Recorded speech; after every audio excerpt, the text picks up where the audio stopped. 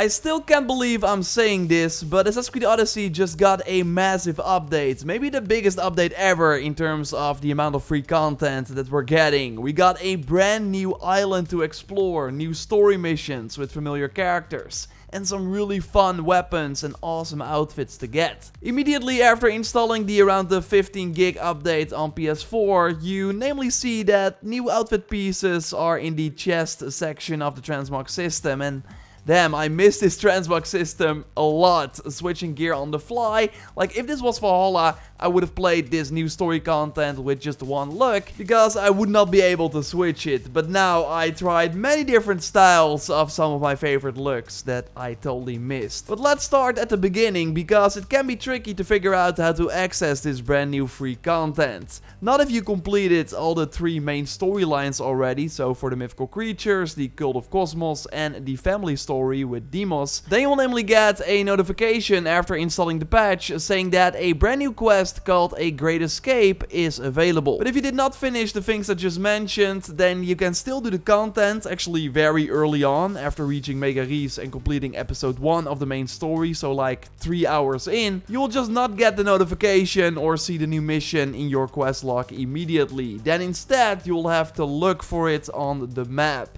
It's the only purple icon in Kefalonia, so it's not that hard to spot if you know where to look.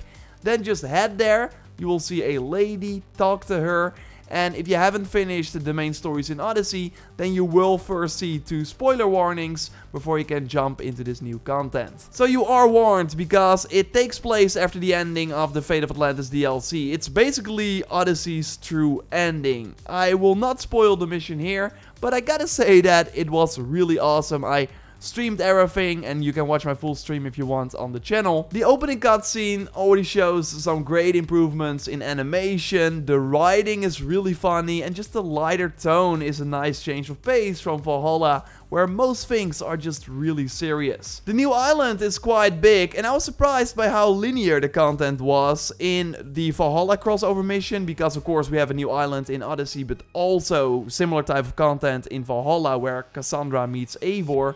At one point during that quest, you have to find 5 artifacts on the island, so you kind of have to do some errands before you can continue with the main story missions, while in the Odyssey content you really go from story beat to story beat across this new land, and it actually kept me way more engaged. And by the way, good to note is that you can play this Odyssey content as Kassandra or Alexios. It doesn't matter, but only Kassandra appears in Valhalla, because she's of course the canon character. There's also a really fun gameplay twist in the middle part that again I won't spoil, and you can make this content way harder if you want thanks to some brand new weapons. And by the way, if you like the video so far, then leaving a like on it would really support the channel, and subscribe for way more Assassin's Creed videos if you haven't already. The first weapon you encounter is the Knife of Dalwyn, like you cannot miss it during an early mission. And the look of these new weapons is not unique by the way, but the perk is very interesting. So with this, enemies at weapons level or below can always be assassinated. You get the weapon at your current level, and this content will by the way scale to your current level. So you can do it at any point, but if you are level 99 like me, then this weapon will drop at level 99 as well.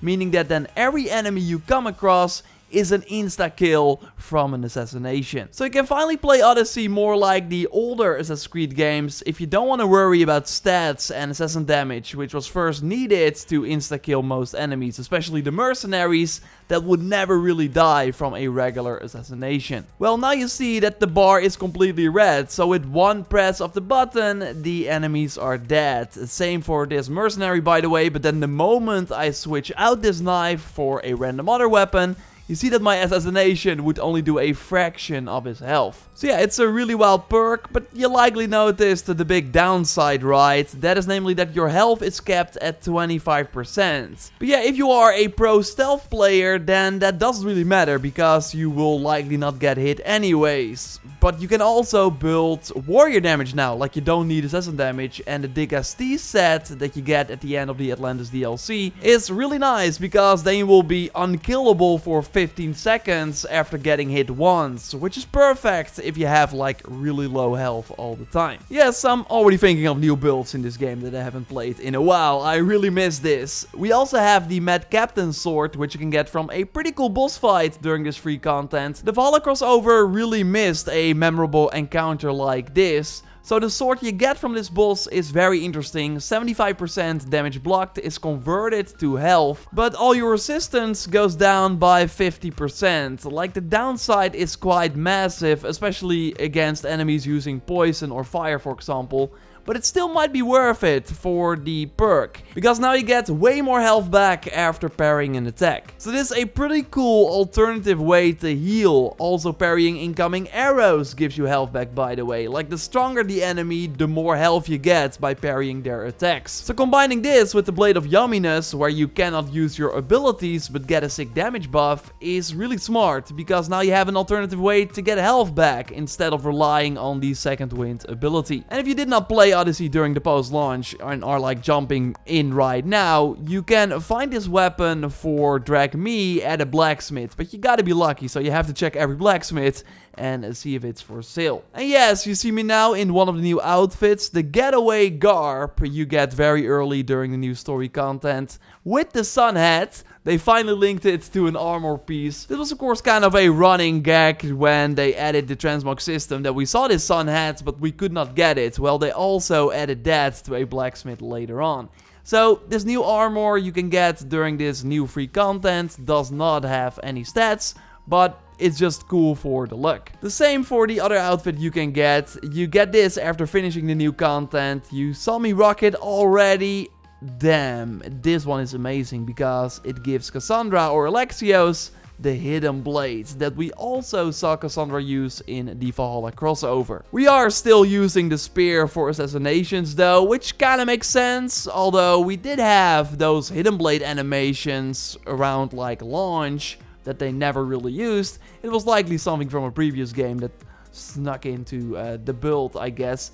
But yeah, you can have Kassandra or Alexios now run around with a hidden blade on the wrist, which is kind of wild. So I won't tell anything more about this for story spoiler reasons, although yeah, there are still some mysteries left, but that's all I will say. Another thing they added with this update is fast travel to ports, which actually kind of nice. In Origins, we could fast travel to like different towns without having to unlock a fast travel point. And in Valhalla, you could fast travel to the ports as well. But in Odyssey, we always had to unlock a few points. Well, not anymore. So that's kind of nice. They also added this franchise menu in the middle of the store or in the main menu. And this takes you to a featured page where we see a vaster version of the Valhalla cinematic trailer and an option to buy the game with like multiple editions in the latest game tab. And you can also view more games where you see Origins and not Syndicate or Unity. No, they went all the way back to 2013 to Black Flag, which is an interesting choice. I would not be surprised if they brought that game back somehow, maybe next year, to get us hyped up for Skull and Bones, which was first a Black Flag DLC that now turned into its own game, and we should finally see it either next year or early 2023. I really recommend that you play the Odyssey content, even if it means that you have to re-download the whole game, which is of course a big undertaking, because it is quite a lot of gigs, but it's really fun. And I don't know what's going on. Like, I asked Ubisoft, is this like the final Odyssey content? They really said yes, but they are adding new Helix items now, and I kind of want to talk about them in the future. So I'm curious what the plan is here, but I'm not complaining. I'm actually kind of hyped to get back into this game. So of course, subscribe for more Odyssey content, Valhalla content, Assassin's Creed in general content, just everything. A like on the video would really help me out. And check out my in-depth look at the Valhalla update with Kassandra and way more by clicking on the screen. For now, I will speak to you in the next one. Goodbye.